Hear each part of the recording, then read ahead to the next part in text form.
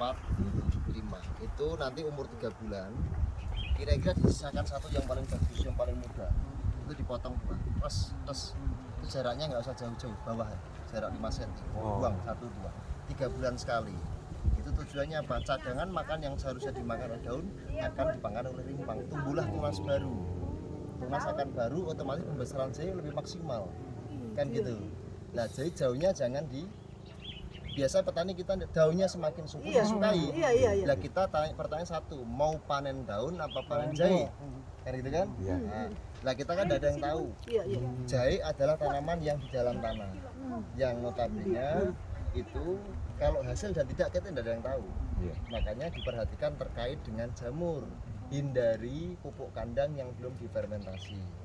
Karena nanti boleleng, layu, terus ulat dan lain-lain kan menyerang di bawah.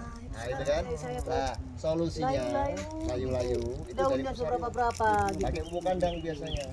Terus apanya? Pucuknya itu mati gitu. Pucuknya mati kan diserang. Ketika pucuknya diserang tanpa nutrisi cukup, nggak diobati, otomatis dia akan mati. Pembusukan pada Terus dipangkas lah itu ya? Nah, 3 bulan sekali dipangkas. Misalnya ada 2 misalnya, ada 3 gitu kan. Pangkas saja, sisakan 1 aja. Nanti itu umur 3 bulan. Di 6 bulan itu lagi potong lagi, stres lah 9 bulan dipanen. Nanti akan tumbuh tunas-tunas baru yang anak-anak. Semakin gede karena cadangan makan yang dimakan akan tumbuh tunas-tunas stressing. Baru semprot pakai eko. Ya pas waktu nah caranya penyemprotan ketika kita kan gini, hari pertama tanam adalah hari pertama munculnya tunas. Jahe kan ditanam, misal dari bibit atau dari jahe yang itu namanya jahe ditanam tutup tanah, kan gitu kan. Itu setelah muncul tunas tuh hari pertama tanam, itu disemprot fotosintesa. Hari pertama tanam 1 sampai 7, kemudian 15, 30, 45, 60, 90, 120 terakhir. Masa generatifnya umur 4 bulan. Karena jahe itu 8 bulan sampai 9 bulan. Masa tanaman musiman itu dimaksimalkan sampai 120 hari. Terus jahe saya itu 4 bulan sekarang. 4 bulan potong aja daunnya. Yang itu dipotong aja. Kasih fotosintesa, dipastikan cek pH, dia harus di atas 5 karena tanaman tidak mungkin mampu menangkap pH di atas 5. Enggak makan. Logikanya kita ngasih makan enak, tapi di tempat pembuangan sampah muntah pasti. Kan? Ditangkap dan tidaknya itu tergantung pada pH tanah. pH-nya harus 5 sampai 7. Jika di bawah 5 bisa fotosintesa ke tanah sebelum tanam untuk menaikkan pH atau menggunakan kapur dolomit. Lah kalau kapur dolomit dalam 1 hektar itu tambahkan 1 ton mengenaikan 1 strip. Misal 4 ke 7 tambahkan 3 ton, 4 ke 5 1 ton dalam 1 hektar dalam jarak bedanya. Dipastikan ditabur lagi udah ditanam ditabur dolomit. Ditabur aja kalau itu 1 ton menaikkan 1 strip kebedengan itu diolah lah gitu. Jadi caranya untuk 3 bulan sekali diasalkan. Jadi kalau fotosintesa beli naikkan 1 strip berapa bungkus? 4 bungkus. 4 sampai 6 ya. Bukan 1 strip, itu bisa 2 sampai 3 strip tergantung pada keasaman tanah. Tapi 1 hektar 4 saset jadikan 16 tangki. Tapi kalau mau bagus 8 saset. Kalau jahe, saran saya karena jahe itu investasinya besar, untungnya juga besar. Kalau harga RO Mitra PTBS kan nggak begitu mahal.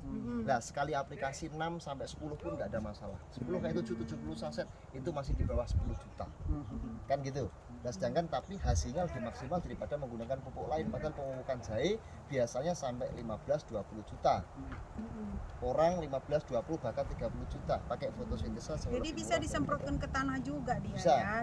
Kalau dia memang parah pH-nya kurang bagus. Makanya teorinya benar di PTBS ada produk eco farming original. Kenapa disemprotkan ke tanah? Tujuannya untuk menaikkan pH betul. Namun jika pH-nya sudah di atas 5, fotosintesa cukup ke tanaman saja. Kemana penyemprotnya dari bawah ke atas. Karena stomata itu di bawah, mulut daun itu di bawah, bukan di atas. Petani kita nyemprot dari atas ke bawah. Punggung, mandel dikasih makan. Atau dikocor lubang tanamnya. Ini hasil kocor lah ini. Nah, dikocor. Atau pakai sprayer, dikocor. Sprayernya gini kan, didiamkan dulu di lubang tanam, terus dinaikkan ke atas. Itu juga bisa. Ini sebetulnya daerah ini sama sekali nggak tumbuh. Makanya kami main pot. Inilah percobaan ini fotosintesa. Ini fotosintesa ya? Iya. Lihatlah nih. Nah, gini. Ini kan sprayer, kali ya. Ini. ini kan nyemprot itu, ini kan gini, gini. Ini kalau diamin, Ada kalau airnya gini kan, Enggak ada. nah, terus cres gini kan, tarik di atas ke atas. Oh. Dari bawah, semi kocor, diamkan sebentar, terus naikkan ke atas. Yang mulut daun di bawah sih. Jadi semprotkan dari bawah ke atas. Bukan kalau petani kita kan gini. Begitu, ha. Nah, dari atas ke bawah. Ini cara kita memberi makan pada tanaman. Tapi merubah itu juga butuh ubah dia Bahasa bagaimana. di sini bahasa saya tadi. bahasa Sumatera. Ya sudah diterjemahkan dengan bahasa Sumatera.